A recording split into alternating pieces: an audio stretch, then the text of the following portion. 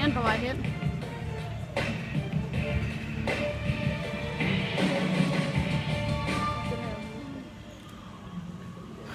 Mine damer og herrer, for første gang i Danmark, all new Asimo. Hello Asimo and welcome.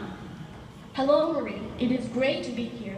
It is the first time that I visit Denmark and I'm happy to meet so many new friends. Vi er også rigtig glade for at have dig her i dag. Og jeg er sikker på, at der er mange af dem, der er her i dag, der godt vil blive venner med dig.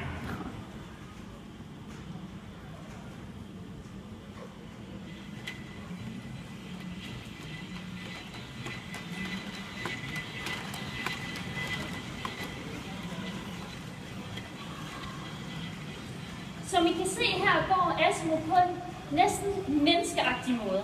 Rigtig jævnt. Det kalder vi det intelligente gangsystem. Men hvad er det intelligente gangsystem egentlig?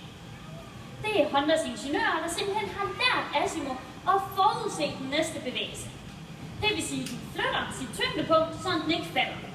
Og det er rigtig smart, fordi det er faktisk fuldstændig den måde, vi mennesker også går på. Så derfor kan Asimo gå rigtig flot og jævnt.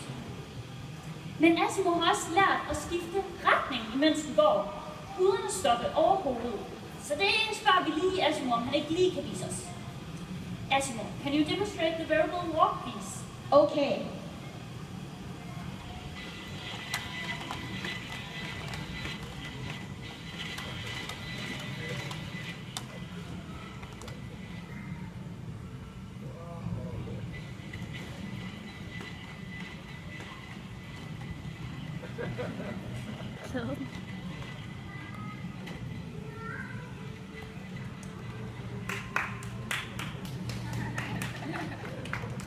Man må godt give Asimo en hånd igennem showet, fordi han er rigtig glad for opmærksomhed. Okay, nu har I set, at Asimo kan gå meget jævnt her. Men Hondas ingeniører, de er født med benzin i blodet og elsker fart. Så derfor skal Asimo selvfølgelig også kunne løbe. Det er jo klart. Men løb er lidt forskelligt fra gangen. Fordi når man løber, så er man i et splitsekund i luften. Det vil sige, at begge ens fødder er over fra jorden. Og det vil sige, at den jo også lige skal lande igen. Så det håber vi, den kan. Are you ready to run, Asimo? Nej? Okay, jeg tror lige, Asimo gerne lige vil varme lidt op, inden den begynder at løbe. Og det er også lidt smart, fordi at, vi skal ikke have nogen skader her i dag. Okay, whenever you are ready, Asimo, you can run.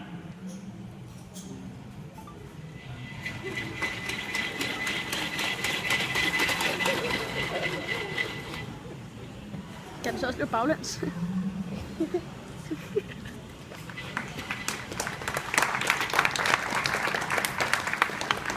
Det er en lille kylling. Her løb Asimo lige ud med 7 km i timen.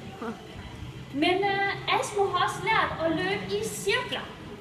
Men når man bevæger sig i en cirkel, så er der noget, der hedder centrifugalkraften, som der virker. Den presser en ud fra cirklen.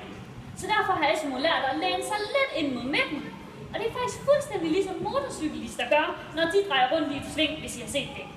Så prøv at lægge lidt mærke til det, imens I ser det her. Asimo, can you show us how to run in a circle? Okay.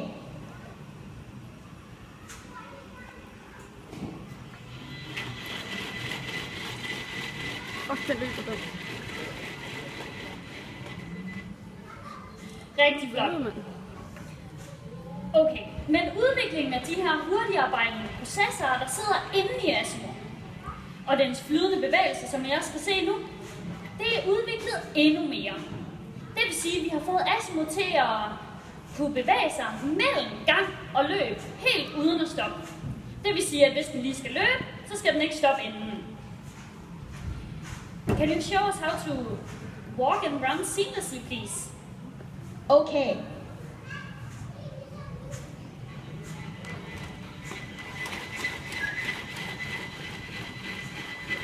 Du kan også løbe baglæns. Du kan se hans knæ. Okay, Asimo vil også lige blære sig lidt og vise, den også lige kunne løbe baglæns. Men det håber jeg, det er i orden. Det kan jeg sgu også. Som I kunne se, mens den løb, så havde den begge ben væk fra jorden i et splitsekund. Men vi har også lært, at Asimo kan hoppe på et ben. Når den hopper på et ben, så er det rigtig vigtigt, at den også lander rigtigt. Så derfor har Hondas ingeniører fået den til at gå op på et ben ved at presse den her balancekontrol helt til det yderste. Så den måske næsten var ved at falde, men det gjorde den ikke alligevel. Okay, Asimo, may I ask you to jump, please?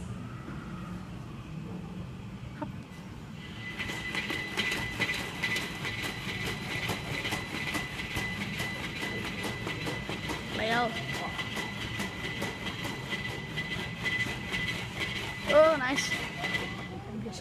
Rigtig flot.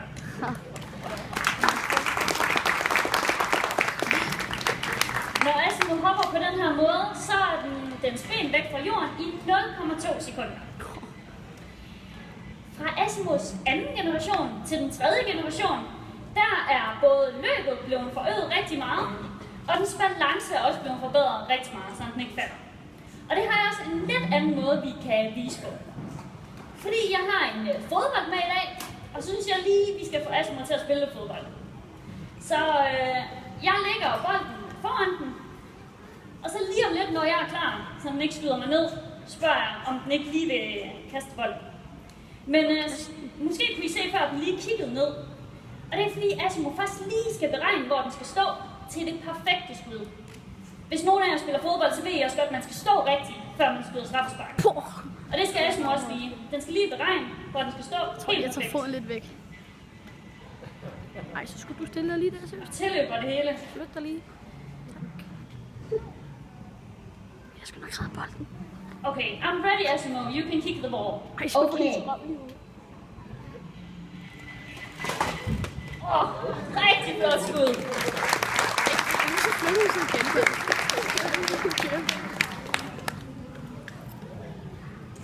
Nu ved jeg ikke, nu greb vi selvfølgelig ikke bolden, men Asimo skyder virkelig hårdt.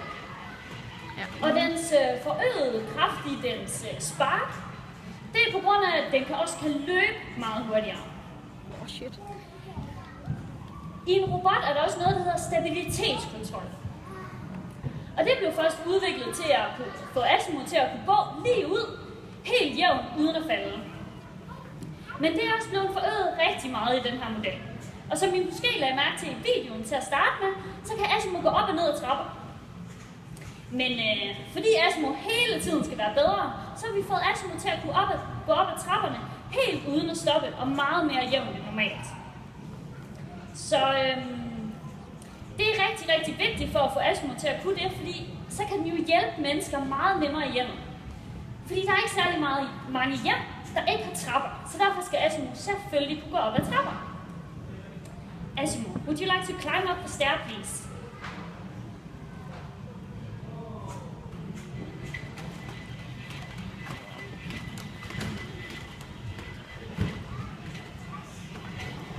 Hvor var det cool. Så skal du ikke gå ud over til også.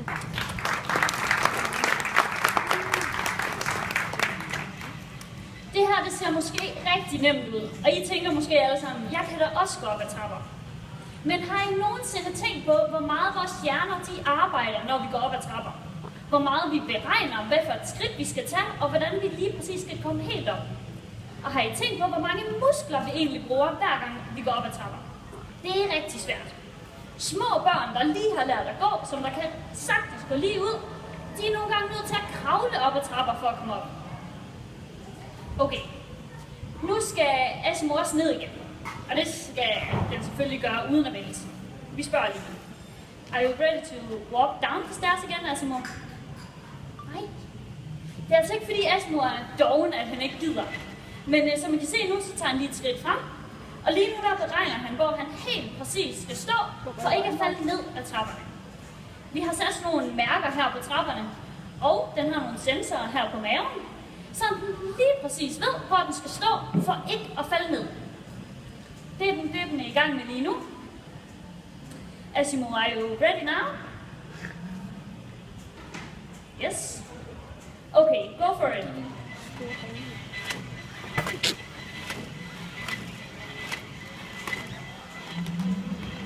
Really høre det.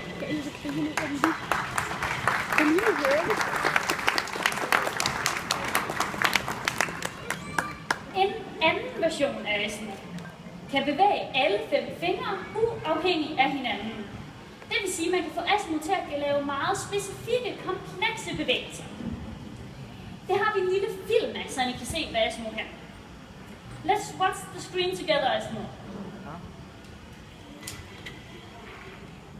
Antallet af frihedsgrader er her forøget fra 2 til 13. Det vil sige,